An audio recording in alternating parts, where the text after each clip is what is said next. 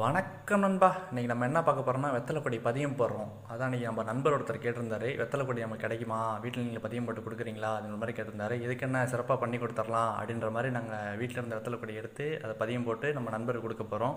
அவர் சும்மா ஒரு 10 கொடி மட்டும் தான் கேட்டிருந்தாரு. அவருக்காக நம்ம வெளியே பேக் எதுவும் வாங்கலை. நம்ம கீழே மண்ணும் யூஸ் பண்ணல. நம்ம கருப்பு தங்கம் மண்புழு உரம் இருந்துச்சுனால அதான் கீழே போட்டு யூஸ் பண்ணியிருக்கோம். நம்ம வீட்டிலே 2 டப்பா சும்மா கிடந்துச்சு, அந்த டப்பாலே போட்டு அப்புறம் நம்ம தண்ணி குடிக்கிற கிளாஸ் ஒன்று இருந்துச்சு. சரி அந்த கிளாஸ்லேயும் போட்டு கொடுத்துருவோம், 10 கொடி தானே கேட்டார் அப்படின்ற மாதிரி போட்டோம். நம்ம வயலேருந்து ஒரு 10 விதை கொடி மட்டும் அறுத்துட்டு வந்தோம். அவர் கேட்டார் அப்படின்றதுக்காக அது நல்ல கொடியாக பார்த்து எடுத்துகிட்டு வந்தோம். நல்லா ஃப்ரெஷ்ஷாக இருக்க மாதிரி, 2 கணுவோடு இருக்க மாதிரி.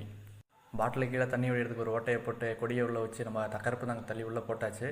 நம்ம 2 கொடியாக வச்சுருக்கோம். ஒவ்வொரு இதுலேயும் நம்ம எப்படி வச்சுருக்கோம்னா அந்த கணுவில் தான் வேர் வரும். அதனால் ஒரு 2-3 கணு நம்ம கருப்பு தங்கத்தில் முற மாதிரி வச்சாச்சு. சப்போஸ் அந்த கனவுல தான் வேர் வரும், அந்த ஒரு கனவுல வராட்டி அடுத்த கனவுல வந்துடும், நம்ம பதியம் போட்டு ஃபெயிலியர் ஆகாது அப்படின்னு சொல்லி இந்த மாதிரி நம்ம பண்ணியிருக்கோம் பெரிய டப்பாவில் வச்சு. இதை நம்ம சின்ன டப்பாலையும் பண்ணியிருக்கோம். அந்த